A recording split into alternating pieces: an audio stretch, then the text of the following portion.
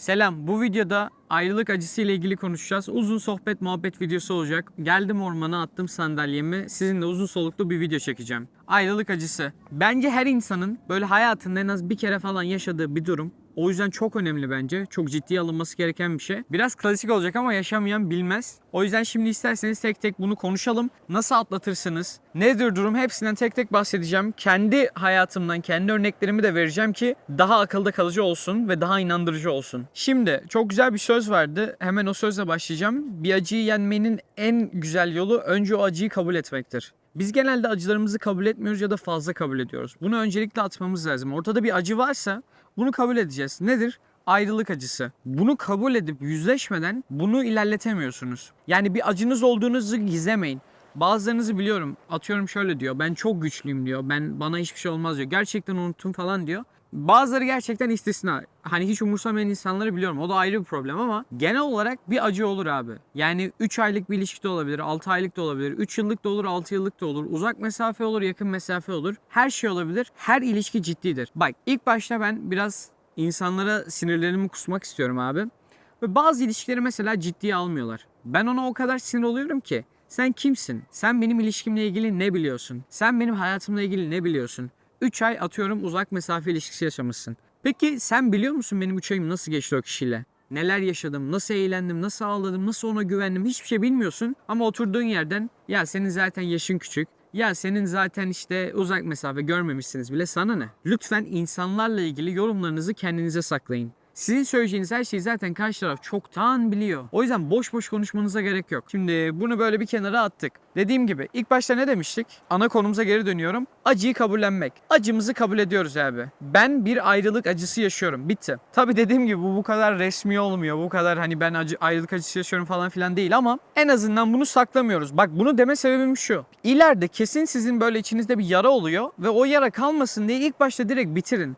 Ondan sonra vallahi böyle kafanızda o belirsizlik var ya kafayı yer. Ya ben gerçekten atlattım mı atlatamadım mı falan filan hiç uğraşmayın bununla. Dediğimi yapın. Gelelim ilk ayrılık acısına. Abi ayrılırken ayrılık kısmında çok klasiktir. Bu ayrılık dönemi yani bunun bir filmi de vardı. Issız Adam olması lazım. Tam hatırlamıyorum ama orada da mesela şey sahnesi var ya işte sarma yiyor. O sırada ben ayrılmak istiyorum diyor. Orada sürekli konuşuyor karşısındakini konuşturmuyor. İşte onu aslında sonradan anlıyorsunuz abi. Orada zaten o kız ayrılacak biliyor. O his geliyor sana.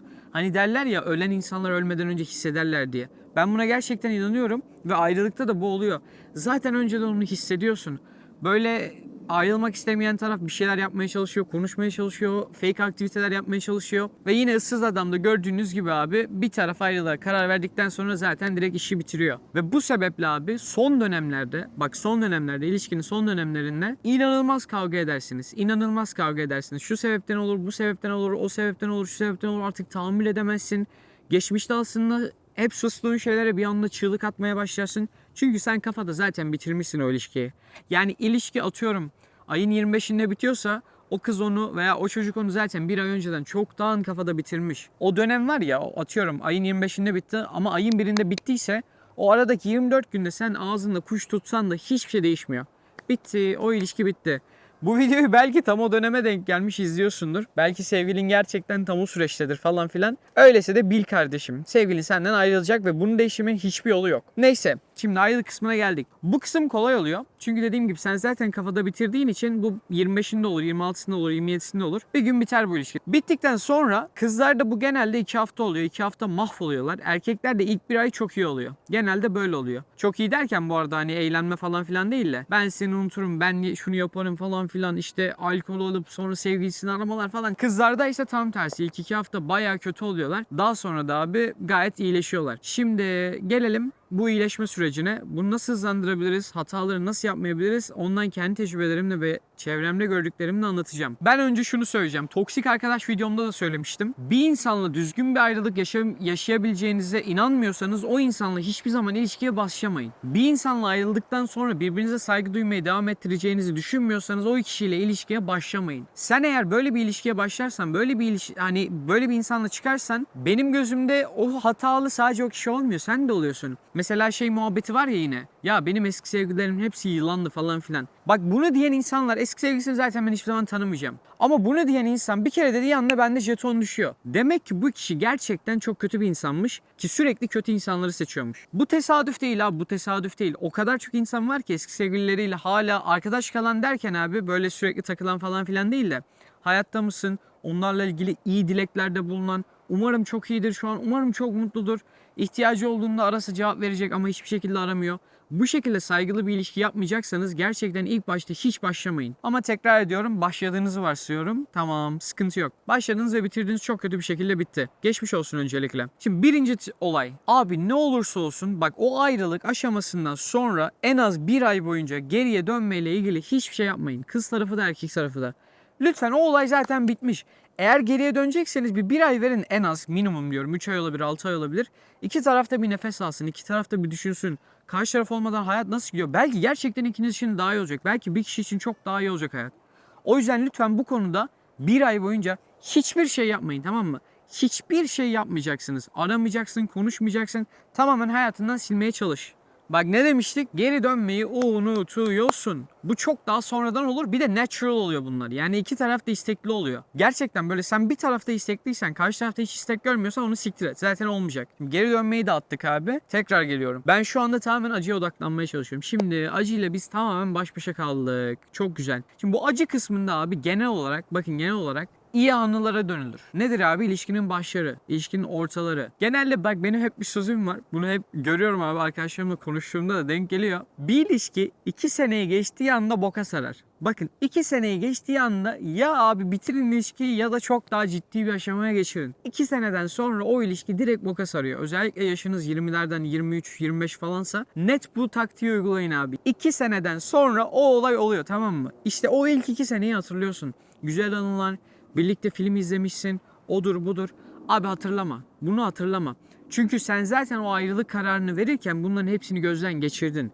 Yani o ayrılık kararı kolay verilmiyor. Bak mesela yine bir konudan daha bahsedeceğim. Bu manipülasyon olaylarına giriyor ama bahsetmeden olmaz buna. Geliyor abi mesela sen büyük ihtimalle ayrılırken, kızlar yapıyor bunu özellikle. Başlıyor, diyor ki ya bu çocuk bana böyle yapıyordu. Ya bu çocuk işte benimle ilgilenmiyordu. Bu çocuk bana şöyle zulüm etti. Beni kısıtladı falan filan. Sonra arkadaşları diyor ki oha sen bu çocukla nasıl çıktın? Nasıl çıktın? Nasıl çıktın? Ya geri zekalı. Herkes aynı şeyi yaşıyorsa demek ki burada bilinmeyen bir detay daha var değil mi? Demek ki bu kadar basit değil bu denklem. Arkadaşlar evet, sen o çocuğun onu kısıtladığını biliyorsun veya o kızın o çocuğu kısıtladığını biliyorsun.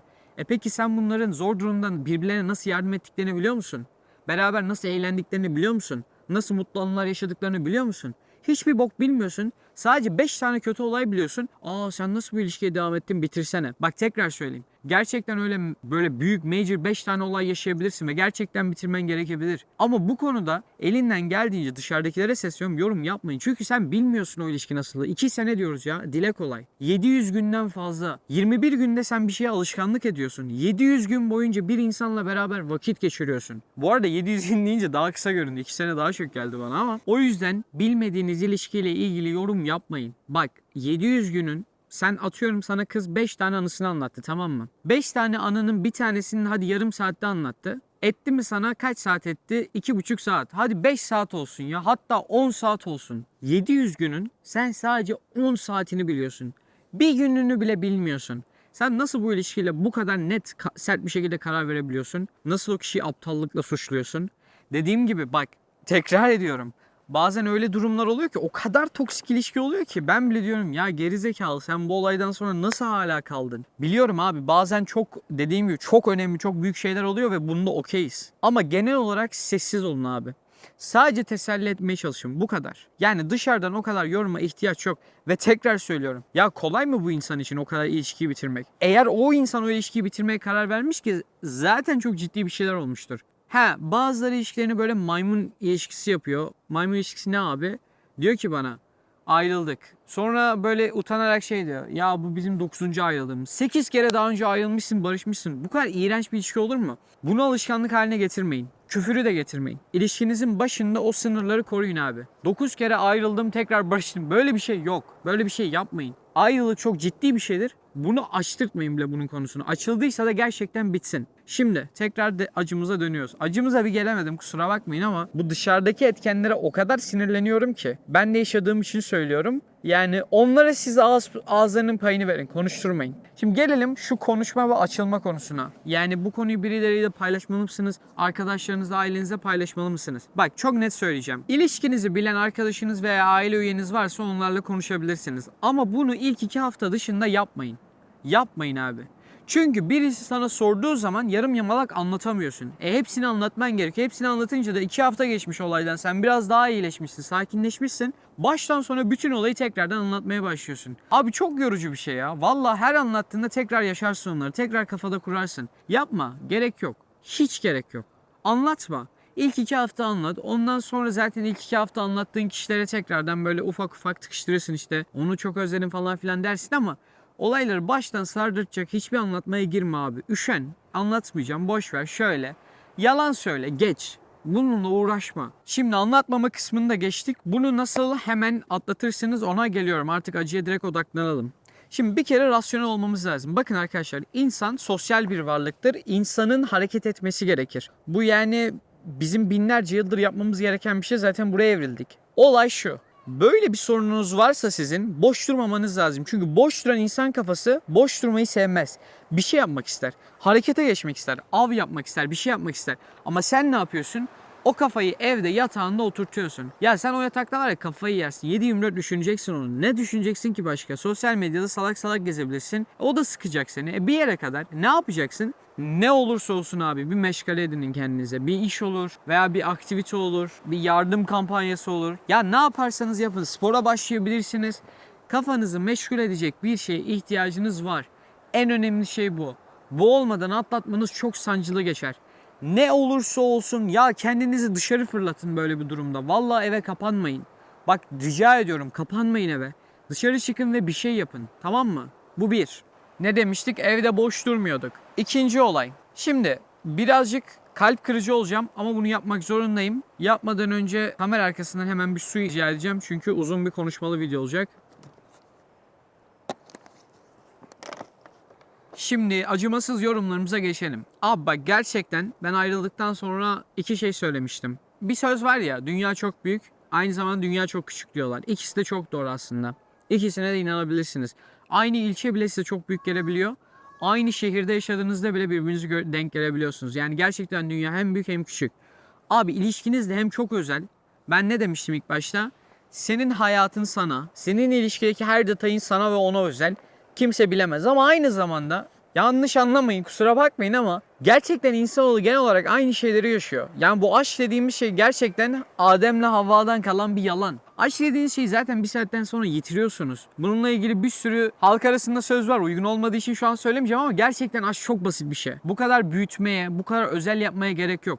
Biz insanoğlu olarak her şeye anlam bulmaya çalışıyoruz. Ya her şeyin anlamı yoktur. Senin ilişkinin o kadar anlamı yok. Vallahi bunu yaşayan bir tek kişi sen değilsin. Bir tek sen aldatılmadın. Bir tek sen hayatının merkezinden alınmadın. Bir tek sen kandırılmadın. Bir tek sen değersiz hissettirilmedin.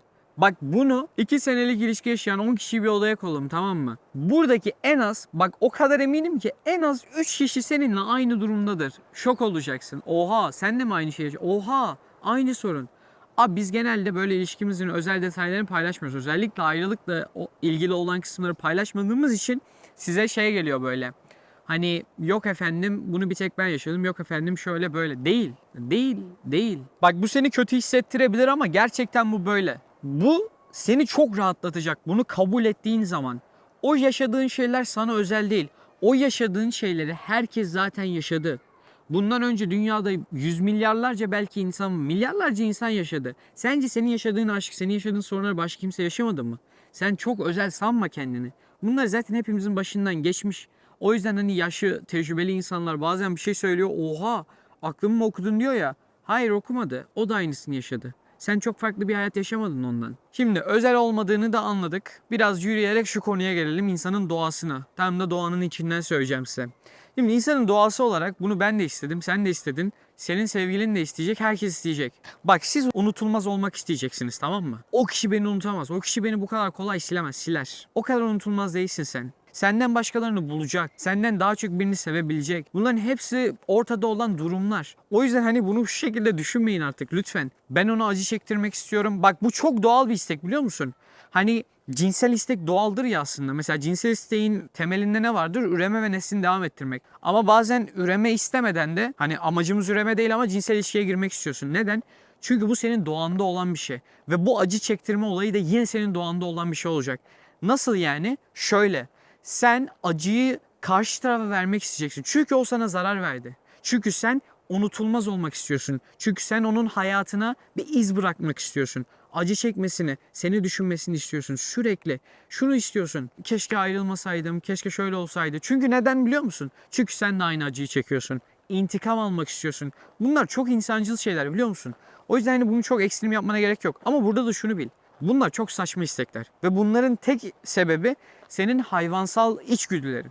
Başka hiçbir sebebi yok bunun. Şimdi bu doğal içgüdünü iptal ettik. Bunun aptalca olduğunu biliyorsun. Karşı tarafın acı çekmesine gerek yok. Ya en azından rica ediyorum. Güzel anılarınıza sayın ya. Vallahi o karşı tarafa da acı çektirmeyin. Kendinize acı çekmeyin. Ve bak biliyorum çok zor. Dile kolay abi, ben sana söylerim. Bekara karı boşamak kolay derler ya. Derim abi üzülme falan filan. Ama ben de yaşadım aynısını. Ben de karşı tarafın acı çekmesini istedim. Çünkü ben de çekiyorum abi acı. O niye çekmiyor ki? Ama neyin de farkındaydım? Bunun insancıl bir istek olduğunun ve ona bunu yapmamam gerektiğinin farkındaydım. Şimdi sizin bu isteğinizi iptal ettik. Bir meşgale de buldunuz. Artık yapacak bir şeyiniz var. Ondan sonra özel olmadığınızı anladınız. Bu durumu yaşayan bir sürü insan olduğunu anladınız. Hepsini yaptık. Şimdi gelelim abi anılarınıza. Bak anılar hiçbir zaman silinmeyecek. Bunu psikoloji dersi alanlar falan da bilir. Böyle psikolojik bir hastalığınız varsa bu sonsuza kadar sizinle kalacak. Bunu azaltabilirsiniz, kontrol etmeyi öğrenebilirsiniz ama bu sizinle her zaman kalacak. Bu nettir. Ve maalesef anılar da sizinle kalacak. Çünkü hani hafıza kaybı yaşamadığınız sürece bu olmaz. Ama şöyle bir olay vardır ya. Tanrı'nın insanoğluna verdiği en güzel şey unutma yeteneğidir. Unutacaksın abi, unutacaksın. Sen 10 yaşında da çok kötü bir olay yaşadın ama hatırlamıyorsun artık. Hatırlıyorsan bile o kadar fazla hatırlamıyorsun. O yüzden bu anıları da unutacaksın. Bunun için ne yapabilirsin? Benim tek tavsiyem şu olacak size. Herkesin metodu farklı olduğu için benim yegane tavsiyem şu. Size onu hatırlatacak şeylerden uzak durun. Onunla sürekli gittiğiniz bir restoran varsa bir daha o restorana gitmeyin. Onunla sürekli gezdiğiniz yerler varsa gezmeyin. Bir şehir dışına çıkın. Çıkabiliyorsanız yurt dışına çıkın. Gezin, tozun, eğlenin.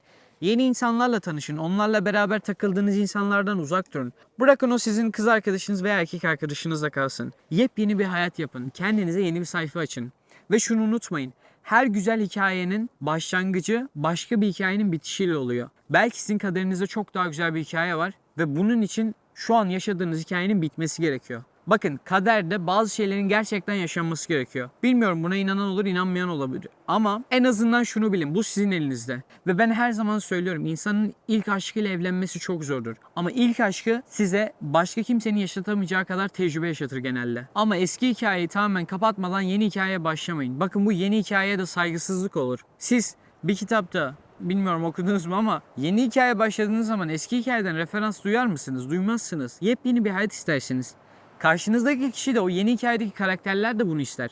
Siz de bunu istersiniz. Karşı tarafın size eski hikayeden bahsetmesini ister misiniz? Bak biliyorum, onun fotoğrafına baktığın zaman onu hatırlayacaksın. Bakma. Sosyal medyadan takip ediyorsan etme. Bırak. Yüzünü görme onun. Bunu kötü anlamda anlama. O hayatına devam etsin. Sen de hayatına devam et. Konuşmayı tamamen kes. Tekrar söyleyeyim. Eğer gerçekten güzel ve saygılı bir ilişki geçirdiyseniz konuşmayı kesmene gerek yok. Hala nasılsın, iyi misin? Ya o kadar anı yaşamışsın. O senin her şeyini biliyor. Senin hayatın olmuş bir dönem. Konuşabilirsin tabii ki de. Tekrar söyleyeyim, yani diyorum ya, eski sevgilisine lanet okuyan bir insandan ben hayır geleceğini düşünmüyorum. Neden? Çünkü ben bu arada çok küçük bir kesimi tenzih edeceğim. Bazen gerçekten bazı insanlar çok güzel görünüyor ama ardından aldatıyorlar ve bütün iğrençlikleri yapıyorlar. Ve hiç beklenmedik şekilde, ki bak bu çok zordur. Biliyorum hepiniz diyeceksiniz abi hiç beklemiyordum falan filan da. Ya o kadar çok ilişki gördüm ki ben. Kız mesela ayrılıyor abi ve mesela hiç üzülmemiş, biliyor musun? Bayağı ayrıldığında gülen o kadar çok kız gördüm ki. Bazen böyle gidiyorum diyorum, korkuyorum böyle nasıl teselli etsem acaba falan filan. Abi kız bir geliyor böyle yüzü bayağı gülüyor. Ben hayatımda hiç öyle gülerken görmemişim. Bir sene beraber olmuşlar. Yine de hiç umursamıyor. Neden? Çünkü o kadar bıkmış ki. O kadar bıkmış ki. Bu durum da yaşanıyor. Bak bu durum da var. Eyvallah. Ama benim anlattığım şu anda genel olarak acı çeken insanlardan bahsediyorum. Ve artık bence sona gelebiliriz. Normalde sona böyle havalı birkaç söz saklamıştım ama neredeyse hepsini ya videonun içinde kullandım ya da şimdi unuttum. O yüzden burada artık videoyu bitireceğim. Daha da uzatmak istemiyorum. Bence güzel bir sohbet oldu. Bunu her zaman söylüyorum, yine söyleyeceğim. Asla bu arada abone olmak zorunda değilsin. Videoyu beğenmek istiyorsan da beğen, hiç fark etmez. Ama herhangi bir sorunun varsa bana bunu yorum olarak da yazabilirsin. Instagram'dan da yazabilirsin. Elimden geldiğince yardım etmeye çalışacağım ve hepinizin yorumlarına bakıyorum. Tekrardan videoyu izlediğiniz için hepinize teşekkür ederim. Umarım başka bir videoda görüşürüz. Hepiniz hoşça kalın.